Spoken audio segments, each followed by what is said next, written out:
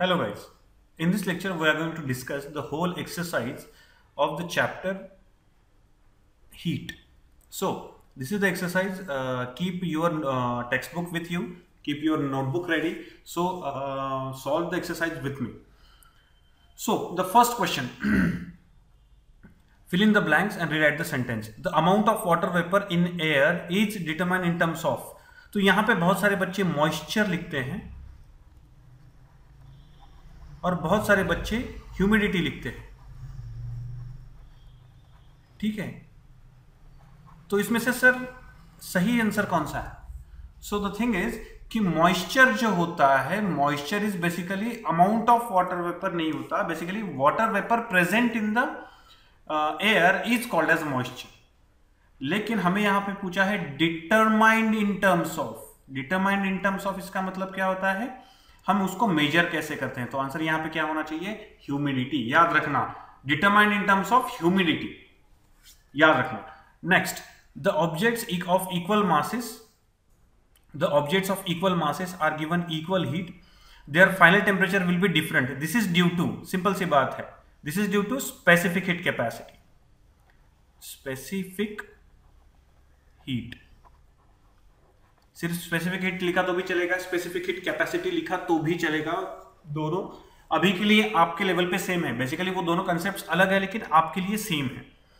Third one, during the transformation of liquid phase to solid phase, liquid phase to solid phase the latent heat is. यहां पे बहुत सारे बच्चे जो है ना वो आंसर लिखते हैं लेटेंट हीट ऑफ फ्यूजन लिख देते हैं। ठीक है ना, तो ये एब्सोल्युटली गलत आंसर है, बिकॉज यहाँ पे लेटेंट हीट है, उस वो क्या होती है ऐसे पूछा है। It is very much important to understand the English over here. यहाँ पे आंसर फ्यूजन नहीं आएगा। सो बेसिकली यहाँ पे during the transformation of liquid phase to solid phase, liquid to solid हो रहा है, लिक्विड टू सॉलिड हो रहा है, इसका मतलब टेम्परेचर कम हो रहा है। टेम्परेचर कम हो रहा है यानी यहाँ पे क्या आना चाहिए? Latent heat. हीट जो होगी वो क्या होगी? लेटेंट हीट क्या होगी?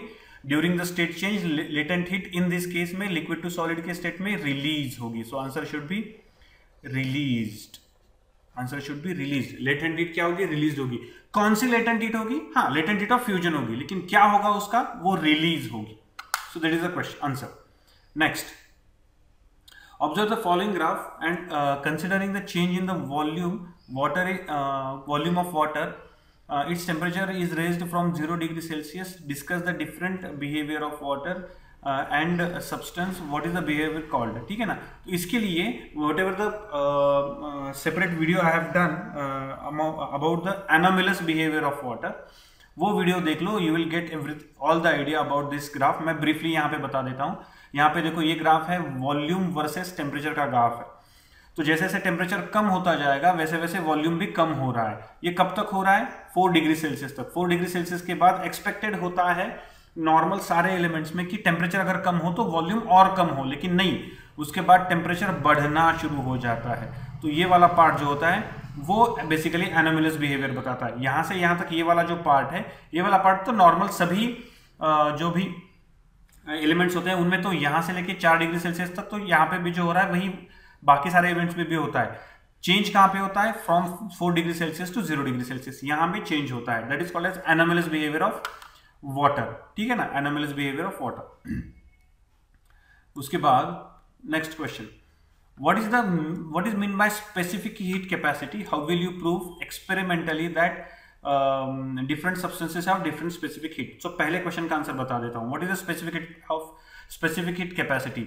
So the amount of heat required for any element, ठीक है ना, any element के लिए amount of heat required to raise its temperature by 1 degree Celsius, उसको कहा जाता है specific heat capacity of that particular element. वो जो पर्टिकुलर एलिमेंट है उसका 1 डिग्री सेल्सियस से टेम्परेचर रेज करने के लिए कितनी हीट उसको लगती है, that is called as specific heat capacity. Specific heat capacity does not include state change. State change के वक्त हम स्पेसिफिक हीट कैपेसिटी यूज नहीं कर सकते। सो स्टेट चेंज के बारे में स्पेसिफिक हीट कैपेसिटी कुछ नहीं बताती है।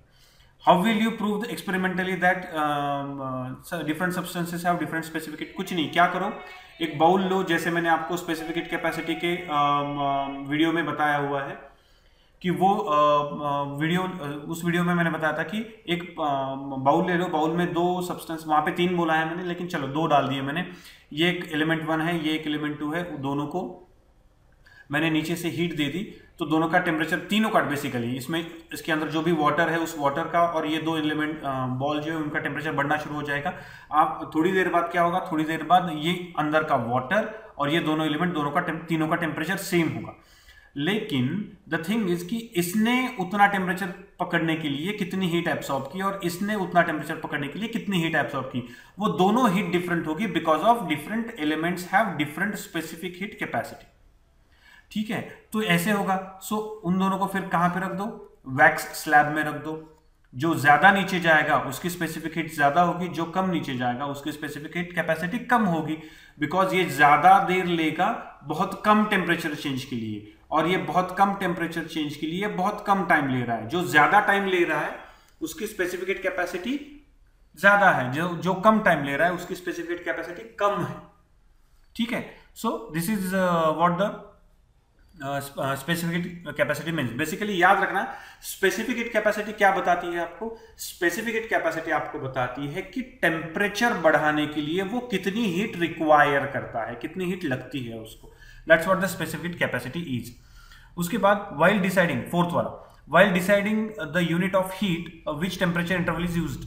सो याद रखना, while deciding the heat temperature range use की जाती है 14.5 degree Celsius to 15.5 degree Celsius, लेकिन ये सिर्फ वाटर के लिए, हाँ ये भी याद रखना, ये बहुत इंपॉर्टेंट है, सारे एलिमेंट के लिए नहीं, सिर्फ वाटर के लिए यूज की जाती है। सो while deciding the unit of heat which temperature interval is used 14.5 degree Celsius to 15.5 degree Celsius, that too of water, because during this temperature change there is no change, no physical change। ठीक है, कोई भी physical change नहीं होता है। ठीक है, कोई भी फिजिकल चेंज नहीं होता है इन द वाटर, यानी उसका एक्सपांशन, रिडक्शन, ऐसा कुछ नहीं होता है। There is no physical change in the water, that's why whatever the heat you are giving, that whole heat is completely used just to raise the temperature only. इसलिए जो भी हीट मैंने दी वो टेम्परेचर चेंज के लिए use की गई, तो इसलिए ये वाली हीट यूज की जाती है, बिकॉज ये वाली हीट जो हमने दी है वाटर को, ये बहुत इंपॉर्टेंट है, वाटर को, किसी भी एलिमेंट को नहीं, सिर्फ वाटर के 14.5 टू 15.5 के लिए बात कर रहे हैं हम लोग, क्योंकि बाकी एलिमेंट का शायद अलग नजरिया, ठीक है ना, अलग नजरिया हो। सपोज मैंने आयन के बारे में बात कर रहा हूं, सो आयन जो होगा वो आयन बहुत डिफरेंटली बिहेव करता होगा 14.5 टू 15.5 डिग्री सेल्सियस के लिए, तो मैं वो नहीं कंसिडर कर रहा हूं। I am considering this time temperature interval for water only to calculate the unit of heat, and that is 1 calorie. ठीक है ना, 1 calorie for 1 gram of water, या फिर 1 kg फॉर 1 kg वाटर के लिए 1 जूल्स। ठीक है ना, so that's what the specific capacity is. उसके बाद explain the okay.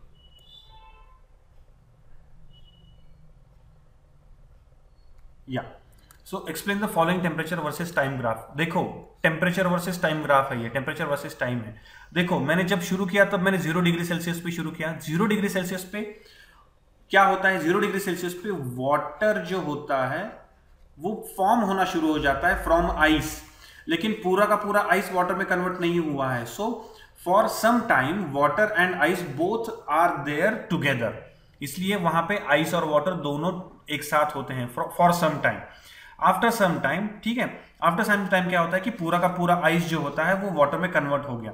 अब जैसे वाटर में कन्वर्ट हो गया, during that time what ever the, ठीक है ना, यानी 0 to 4 डिग्री सेल्सियस तक, सॉरी 0 to 3 सेकेंड्स तक, ये 3 है सपोज, ठीक है, नहीं सॉरी 4 सेकेंड्स तक, ठीक है ना। सो 0 to 4 सेकेंड तक वाटर और आइस दोनों एक साथ थे वहां पे, टेम्परेचर बिल्कुल चेंज नहीं हो रहा था, टेम्परेचर कांस्टेंट था, यानी during that time whatever the heat absorbed by that particular mixture is latent heat।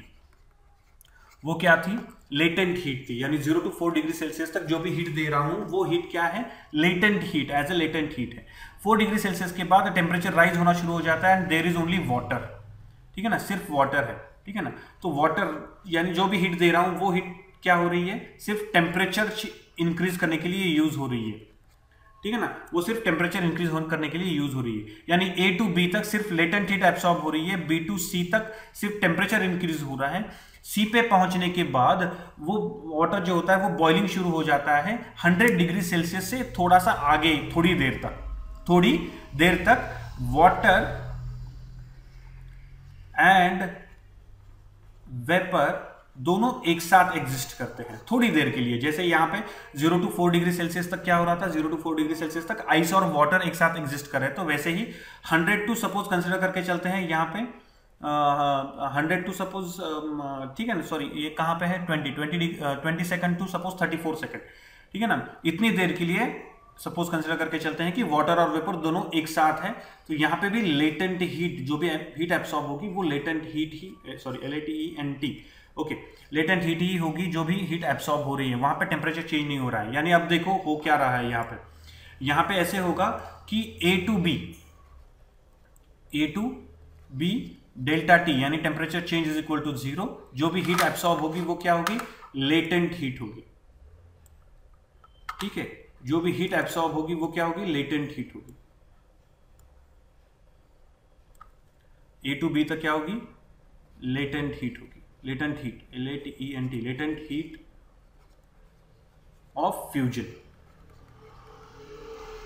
सही है। उसके बाद B to C क्या होगा, डेल्टा T, यानी टेम्परेचर चेंज हो रहा है क्या, यस टेम्परेचर चेंज हो रहा है, so delta T is not equal to 0, तो यहां पे क्या होगा, सिर्फ टेम्परेचर इंक्रीज होगा, ठीक है, यहां पे टेम्परेचर इंक्रीज होगा। एंड C to D तो क्या होगा, again delta T is equal to 0 because no change in temperature, and यहां पे जो भी हीट दूंगा वो क्या होगी, लेटेंट हीट ऑफ वेपोराइजेशन, ठीक है ना, latent heat of vaporisation, that's what this graph means, ये होता है ग्राफ, ठीक है। अब यहां पे what is the role of anomalous behaviour of water in preserving the aquatic life in the region of cold climate. तो यहां पे हमें रीजन पूछा है, मैंने आपको पहले ही बोला था लास्ट एक्सरसाइज में, ठीक है ना, लास्ट चैप्टर की एक्सरसाइज में, कि कैसे लिखना पड़ता है। कभी भी रीजन दिया जाता है तो प्रिंसिपल, सबसे पहले किस प्रिंसिपल के बारे में हम बात कर रहे हैं, ठीक है ना, सो प्रिंसिपल के बारे में लिखना पड़ता है। तो यहाँ पे what is the role of anomalous behaviour of water, यहाँ पे प्रिंसिपल कौन सा है, द वाटर, ठीक है ना, द वाटर, यहाँ पे क्या लिखना पड़ेगा आपको, दो चीजें लिखनी पड़ेगी। पहली चीज क्या लिखनी पड़ेगी, the water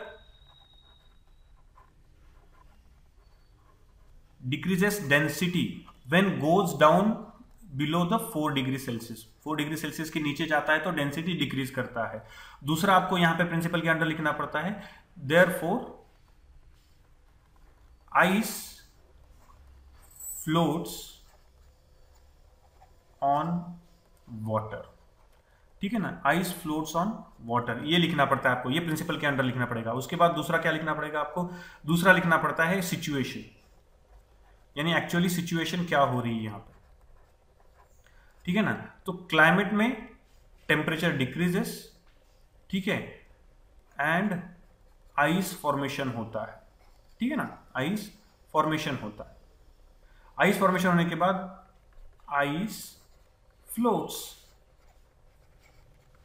on water,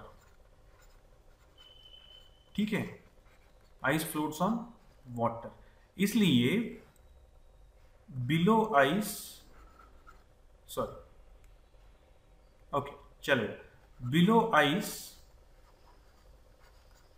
there is water, ये कंक्लूजन होता है, सॉरी लास्ट वाला कंक्लूजन वाला पार्ट होता है,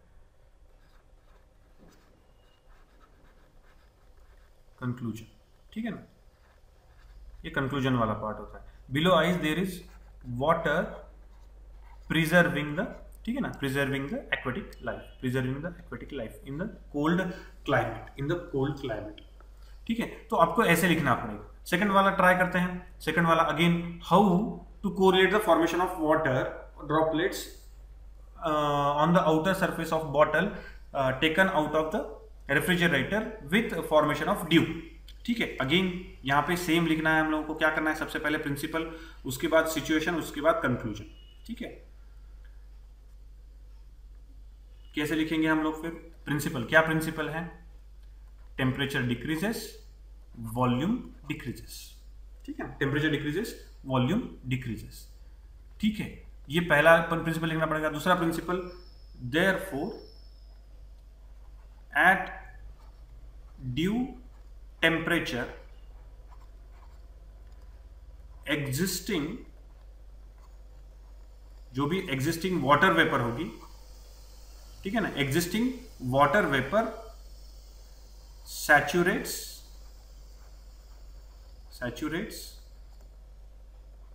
एयर क्रिएटिंग ड्रॉपलेट्स। ठीक है ना, creating droplets, right.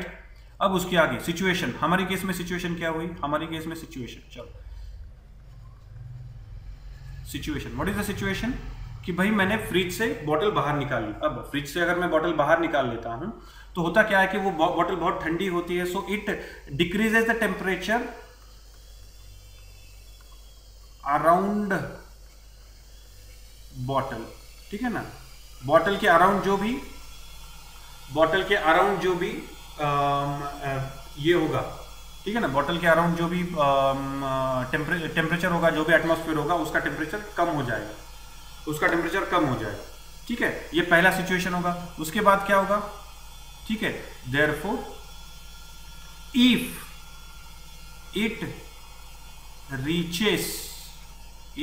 Reaches to dew temperature, ठीक है ना, if it reaches to dew temperature, ठीक है, तो क्या होगा, वो आजू बाजू के एयर को क्या कर देती है, सैचुरेट कर देती है। ठीक है ना, एयर सैचुरेशन हो जाता है, सो एयर सैचुरेट हो गई। अब एयर सैचुरेट होने की वजह से क्या होगा, कंडेंसेशन ऑफ द ड्रॉपलेट शुरू हो जाएगा। ये इंपॉर्टेंट वर्ड होगा, कंडेंसेशन ऑफ वेपर शुरू हो जाएगा, अब ये कंडेंसेशन ऑफ वेपर शुरू हो गया, यानी क्या हो गया, ड्रॉपलेट्स तैयार होना शुरू हो गए, एंड कंक्लूजन क्या होगा यहां पे, फिर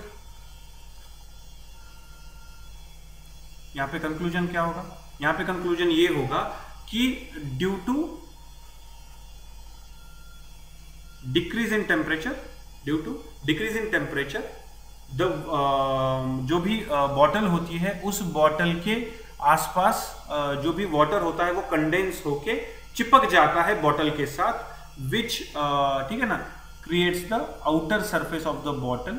ठीक है ना, water droplets on which create the outer surface of the bottle पे वाटर ड्रॉपलेट्स तैयार कर देता है। That will be the conclusion. ठीक है, अब लास्ट वाला question, in the cold region rocks crack due to the anomalous expansion of the water. Simple, यहाँ पे अगेन अब मैं एक्सप्लेन करूंगा, सिर्फ आप बाद में लिख लेना उसको। ठीक है ना, एक्सप्लेन करूंगा। सबसे पहले आपको यहाँ पे एनोमलस बिहेवियर ऑफ वाटर क्या होता है ये बताना पड़ेगा, एनोमलस बिहेवियर ऑफ वाटर। ठीक है ना, ये आपको सबसे पहले बताना पड़ेगा यहाँ पे, एनोमलस बिहेवियर ऑफ वाटर। उसके बाद आपको क्या करना पड़ेगा, आपको यहाँ पे सिचुएशन बतानी पड़ेगी कि इन द रेनी सीजन पानी जो होता है वो पानी रॉक्स के जो भी क्रैक्स होते हैं उनके अंदर चला जाता है। ठीक है ना, और वो वहीं पे बैठा रहता है, it don't have any way to go. ठीक है ना, सो पानी अंदर चला जाता है। उसके बाद जो भी विंटर सीजन आ जाता है, तब वो जो पानी होता है अंदर, जो रॉक्स के अंदर जो पानी होता है, उसका वॉल्यूम इंक्रीज होना शुरू हो जाता है। अब वो वॉल्यूम इंक्रीज होने की वजह से क्या होता है, वॉल्यूम इंक्रीज होने की वजह से वो जो क्रैक्स होते हैं वो बढ़ना शुरू हो जाते हैं, and the cracks goes on increasing. ठीक है ना, क्रैक्स इंक्रीज होना शुरू हो जाते हैं। That is the situation. So conclusion क्या मिलेगा यहाँ पे, कंक्लूजन इज इंक्रीजिंग वॉल्यूम। ठीक है ना, इंक्रीजिंग वॉल्यूम, क्रैक्स भी इंक्रीज हो जाते हैं, एंड क्रैक्स जो इंक्रीज होते हैं they might create the larger expansion in the rocks। ठीक है ना, सो ये उसका कंक्लूजन बन जाता है। सो इस तरह से आपको वो लिखना पड़ेगा। Now next, what is mean by latent heat. Latent heat क्या होती है, how will state the matter transform latent heat is given off. ठीक है ना, how will the state of matter transform if the latent heat is given off. Simple सी बात है, given off यानी रिलीज कर दी है। What is mean by latent heat, latent heat यानी स्टेट चेंज करते वक्त ठीक है ना, while changing the state, whatever the heat exchange happen with the substances, with the elements, that heat exchange without changing the temperature is called as latent heat. And जब latent heat given of कर रहे हैं हम लोग, अगर latent heat जा रही है यानी गिवन ऑफ कर रहे हैं, इसका मतलब एक तो गैसेस कन्वर्ट हो रहे हैं लिक्विड में या फिर लिक्विड कन्वर्ट हो रहा है सॉलिड में, ठीक है ना। अगर लेटेंट हीट निकल जा रही है सो इसका मतलब गैस कन्वर्ट हो रहा है लिक्विड में या फिर लिक्विड कन्वर्ट हो रहा है सॉलिड में without change in delta T means change in temperature. So without change in temperature, there is no change in temperature, so that is what the latent heat is. उसके बाद which principle is used to measure the specific heat capacity, ठीक है, of the substance। कौन सा principal use किया जाता है? Simple सी बात है, आइसोथर्मल इक्विलिब्रियम और हीट एक्सचेंज। आइसोथर्मल इक्विलिब्रियम और कौन सा वाला? Heat exchange. ठीक है, जो हमने कहां पे देखा हुआ है हीट एक्सचेंज, ये कहां पे देखा हुआ है हम लोगों ने? हीट एक्सचेंज वाला प्रिंसिपल कहां पे देखा है हम लोगों ने? कैलोरीमीटर, मिक्सिंग मेथड में हमने हीट एक्सचेंज वाला प्रिंसिपल देखा हुआ है। उसके बाद can you explain the role of latent heat in the change change in the state of the substance? Absolutely. Latent heat क्या काम करता है? लेटेंट हीट स्टेट चेंज का काम करता है, यानी हीट एब्सॉर्ब तो हो रही है लेकिन वो क्या कर रही है? लेटेंट हीट एब्सॉर्ब तो हो रही है लेकिन टेम्परेचर चेंज नहीं कर रही है। तो होता क्या है? तो होता यह है कि किसी भी एलिमेंट में जब कभी भी आजू बाजू में एलिमेंट्स होते हैं तो वो एलिमेंट्स क्या होते हैं? वो एलिमेंट्स स्लोली जैसे मैं हीट देना शुरू कर देता हूं, देखो ठीक से, जैसे मैं हीट देना शुरू कर देता हूं वैसे वैसे ये वो एलिमेंट जो होते हैं उनका जो भी वाइब्रेशन होते हैं वो वाइब्रेशन बढ़ना शुरू हो जाता है, ठीक है। इसकी वजह से वॉल्यूम बढ़ता है, जो मैंने ऑलरेडी बता चुका हूं आपको। लेकिन at the end while state change, ये जो सारे एलिमेंट्स होते हैं ना, उसके पार्टिकल जो होते हैं वो एक दूसरे से बंधे हुए होते हैं with intermolecular force of attraction,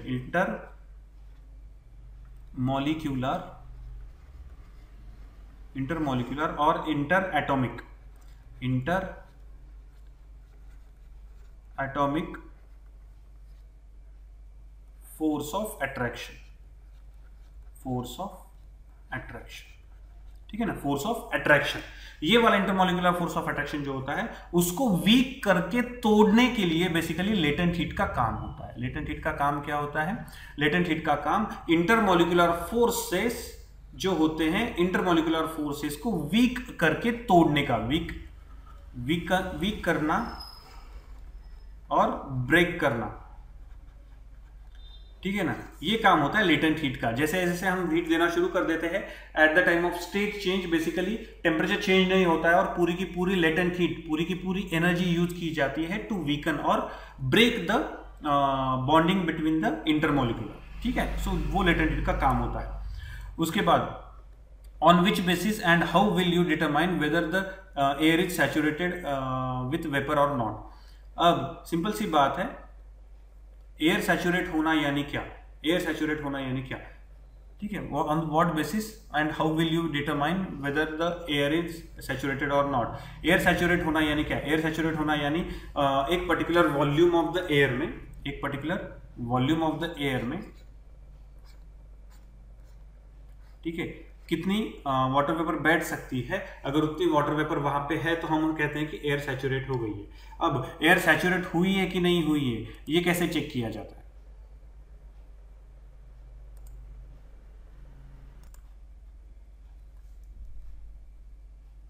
यानी एयर सैचुरेट हुई है कि नहीं हुई, तो उसके लिए हमारे पास होता है एक formula, that is percentage humidity या फिर रिलेटिव ह्यूमिडिटी, ठीक है ना, परसेंट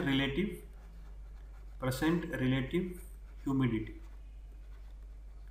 ठीक है, ह्यूमिडिटी, परसेंट रिलेटिव ह्यूमिडिटी।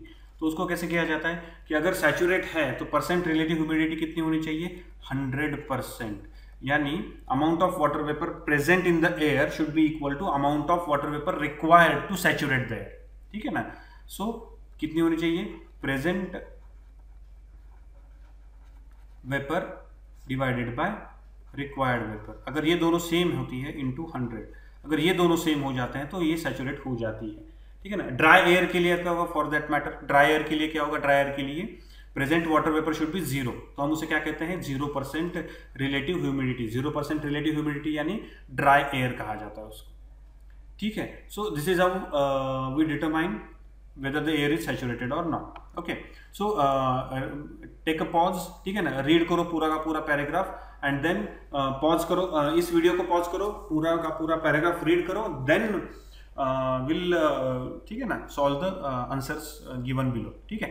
चलो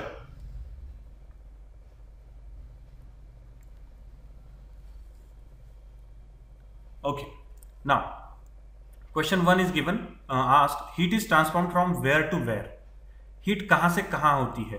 so, पहले ही क्वेश्चन में दिया हुआ है heat is exchange between hot and cold object, the temperature of the cold object increasing, ठीक है। सो यहाँ पे दिया हुआ है बेसिकली, अगर ये पैराग्राफ पढ़ोगे तो आपको ये वाला आंसर मिल जाएगा। Heat is transform from where to where, it is transform from cold, sorry it is transform from hot object to cold object, यानी जिसका टेम्परेचर ज्यादा है वहां से जिसका टेम्परेचर कम है वहां पे वो ट्रांसफर होती है। दूसरा, which principle do we learn about this, which principle do we learn about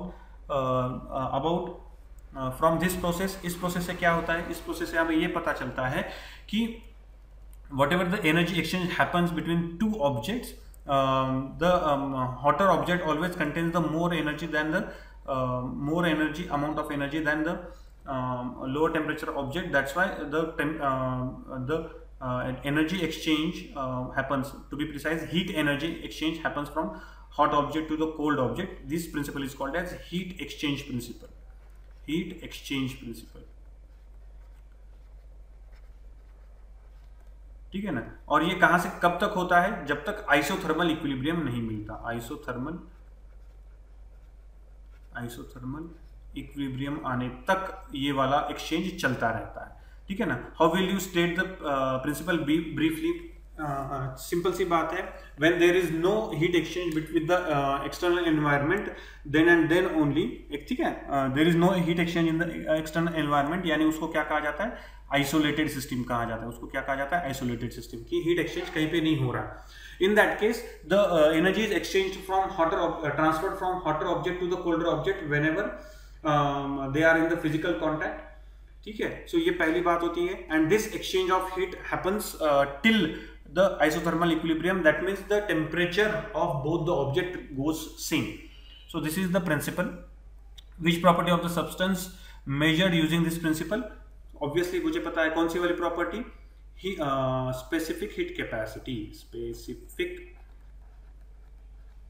heat capacity, ये वाला जो प्रिंसिपल, ये वाली जो प्रॉपर्टी होती है, ये वाली प्रॉपर्टी हम पता करते हैं using this principle. Okay, so these are the answers. Now in the next lecture we will solve all the 4 numericals in the exercise. Thank you.